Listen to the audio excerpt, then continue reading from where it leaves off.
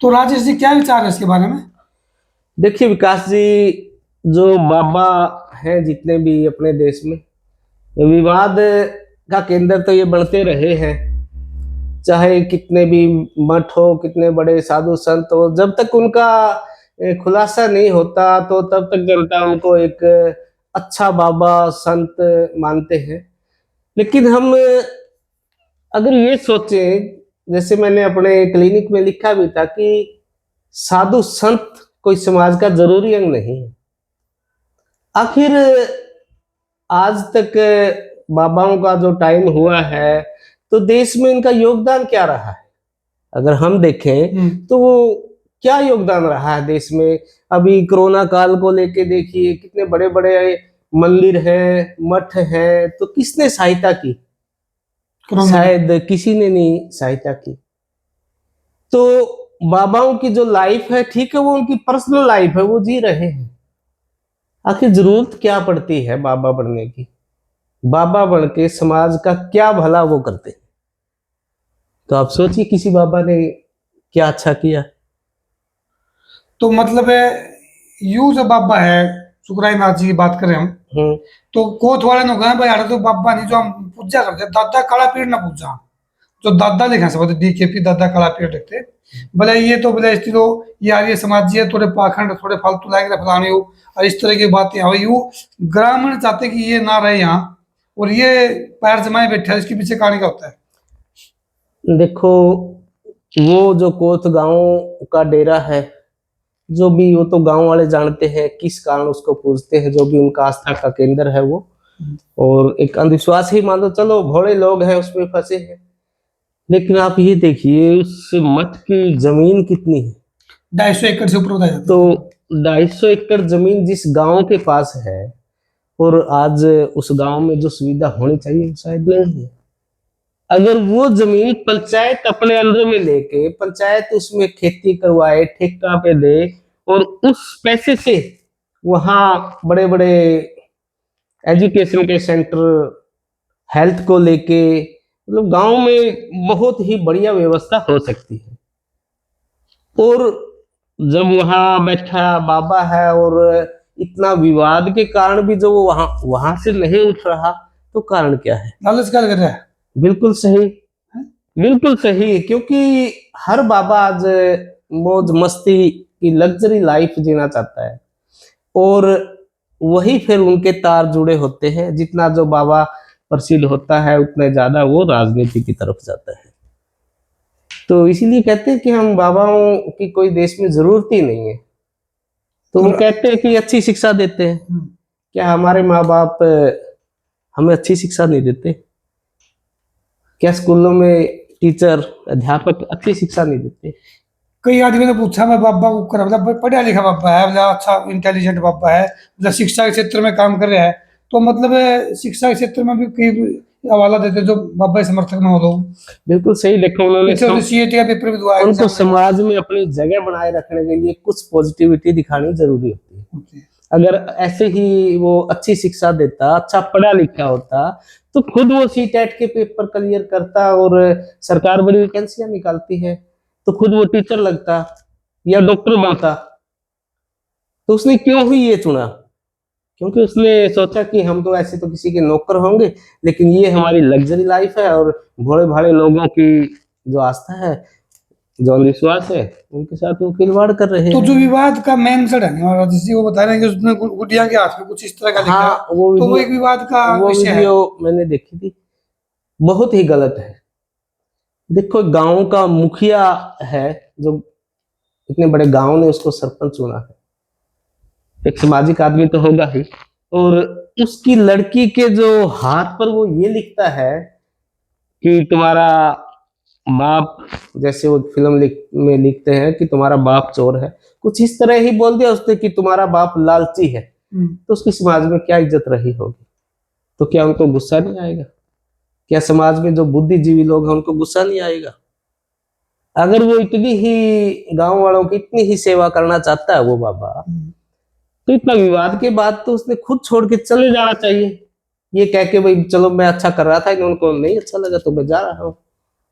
तो क्यों वो वहां पैर जमाए बैठा है? क्योंकि वो लग्जरी लाइफ जी रहा है। लालच काल कर रहा है, बिल्कुल देसी भाषा में बिल्कुल। लालच तंग कर रहा है उसको। बिल्कुल बिल्कुल।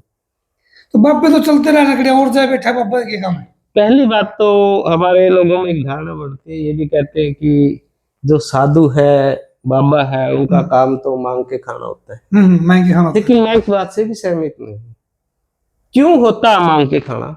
क्या वो निठल्ले हो गए? क्या वो काम नहीं कर सकते? एक मजदूर आदमी दिहाड़ी करके, मेहनत करके, एक 60 साल का आदमी भी दिहाड़ी करके वो अपने बच्चों का पेट पाल रहा है, और वो उसके पेरेंट्स को, घर वालों को झूठ बोल के, ये बाबा है बका के उनको ठग के ले जाते हैं। तो योगदान क्या करते हैं समाज में? ठगते हैं लोगों को। तो जरूरत क्यों पड़ती है बाबा बनने की? ठीक है, जो बड़े हैं उनकी वो पर्सनल लाइफ है, वो जिए, लेकिन लोगों क्यों वो डिस्टर्ब कर रहे हैं? क्यों विवाद नहीं, करवा लोगों रहे की पुरानी आस्था में दादा काला पीर हुआ करता वहां पे, पुरानी जो आस्था ना, पर दादा काला पीर में शक्ति थी, बस 2 कदम तो उठना भी चल सक गया था। पुराने बुजुर्ग बता रहे हैं, वो ठीक ना थी, वो पुरानी बातें हैं। वो देखो, तो वो तो एक जो बता रहे हैं ये पीढ़ी दर पीढ़ी, तो सुनते आ रहे हैं हम। तो उस आस्था पर लोगों की आस्था कायम है, भाई मरा तो कुछ तो कुछ है यार। तो उस आस्था का नाजायज फायदा उठाना है। बिल्कुल। देखो, इन्होंने तो आस्था का नाजायज फायदा उठाया है, तो लोगों में जब भी तो कितने हैं, कितने बाबा देख लो, राम राहिब को देख लो। एक तरफ तो कहेंगे वो भी अच्छा काम करता है, भी ब्लड कैंप लगाते हैं, सफाई करते हैं उसके भगत, लेकिन ये सब समाज में अपने आप को स्थापित करने के लिए करते हैं। उसके साइड में वो फिर गुमराह से कहीं ज्यादा करते हैं। दोंग रचते हैं पहले। हाँ, वो कहते हैं कि ये तो शक्ति मेरे पास है।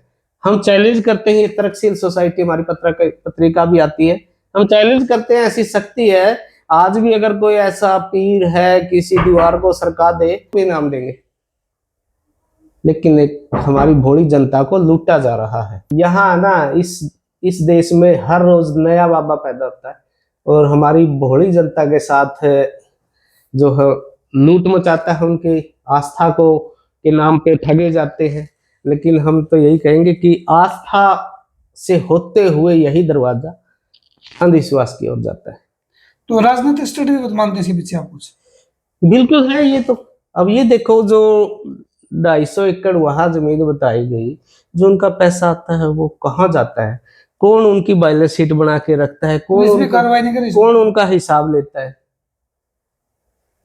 पुलिस किसके अधीन है? पुलिस भी राजनेताओं के अधीन है। जैसा वो कहेंगे तो ऐसा ही चलेगा। जो गांव में देखा ट्रेली पर जाऊंगा, कई बार जा रही है, डीसी का है, एसपी से मिले हो, डीजीपी से मिले हैं, तो मतलब वो जो गांव वाले मिले हैं तो को संतोषजनक जवाब नहीं मिल रहा। मिलेगा नहीं। कारण राजनीतिक अप्रोच बिल्कुल सही है इसमें तो। और राजनीति वाले तो चाहते थे कि जनता इस मामले में जागरूक हो और बाबाओं की पोल पट्टी खुले। तो जितने ज्यादा बाबा देश के अंदर होंगे, जितने ज्यादा लोगों को वो गुमराह करेंगे, इतने ही इनकी राजनेताओं की कुर्सी लंबे टाइम तक चलेगी। लोगों की आस्था न हो, डेरा के प्रति है आस्था लोगों की। बाबा है तड़के में, बाबा है कुछ ना कुछ और बात नहीं हो जाए, लेकिन वो धर्म के नाम से डर रहे हैं लोग, बाबा से नहीं डरे। बिल्कुल सही। तो ये भी धर्म से डर रहे हैं, मतलब तो ये धर्म का काम है बीच में ना हो। यहाँ ये भी तो एक मेन मुद्दा है। यहाँ डरा के ही लोगों को लूटा जाता है। और जैसे हमारे सामने कोई चाहे एसपी बैठा हो, अगर सिविल वर्दी में बैठा है तो हमें शायद डर सा नहीं लगेगा।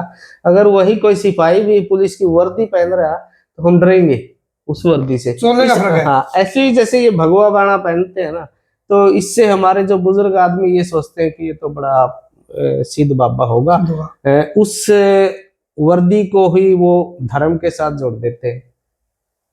ये इनके खिलाफ बोलना तो धर्म के खिलाफ बोलना। कितने बाबा हैं आप तो देख रहे हैं कि बलात्कार में सम्मिलित है, कितनों पे केस चल रहा है।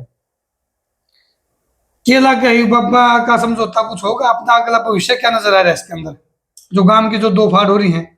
तो देखो, ये विवाद शायद 3-4 साल पहले भी हुआ था। हाँ, हुआ था। हाँ, लेकिन हम तो ये चाहेंगे कि निष्पक्ष जांच होके, और निष्पक्ष तो वो सामने आया ही है कि बाजू पे वो लिखा गया है, वो तो दिख ही रहा है, तो उस पर प्रशासन ने उचित कार्रवाई करनी चाहिए।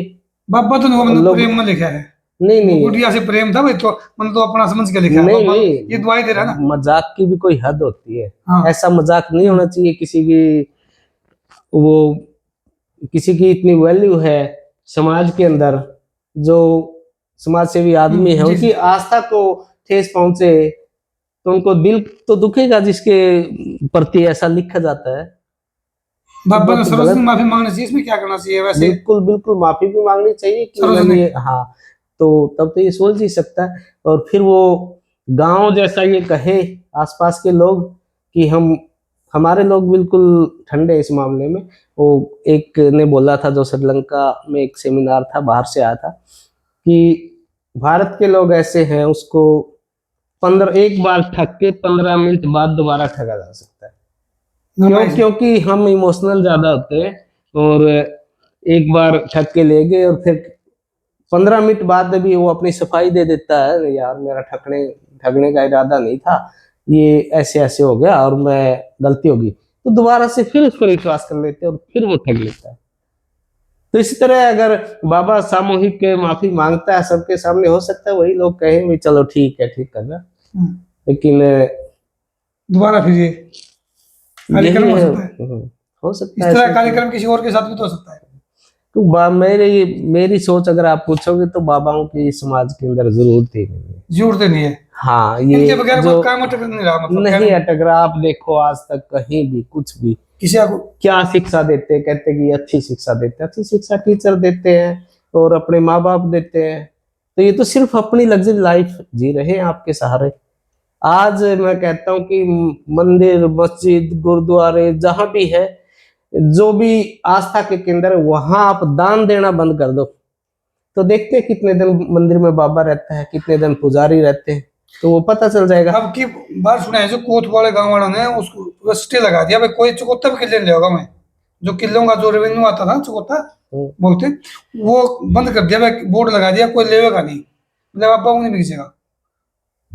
तो मतलब इनकम का सोर्स खत्म हो गया बाबा के कारण। हाँ, यही मैं कह रहा हूँ कि मंदिरों में ऐसी जगह आप दान देना बंद कर दो। अगर आपने दान भी देना है तो किसी गरीब बच्चे की हेल्प करिए जो अच्छी पढ़ाई करना चाहता है और वो गरीबी के हालात में है, तो इससे बड़ा दान क्या होगा। किसी बीमार आदमी की हेल्प करिए। तो यहाँ हम जितना ज्यादा दान दे रहे हैं, तो ये सोचो उतना ज्यादा हम उसको बढ़ावा दे रहे हैं। बढ़ावा दे रहे हैं। तो धन्यवाद राजेश जी ने हमारे साथ इतना टाइम दिया, और जो कोथ मठ के ऊपर जो बातचीत हुई उसके बारे में विस्तार से चर्चा की। धन्यवाद। Thank you.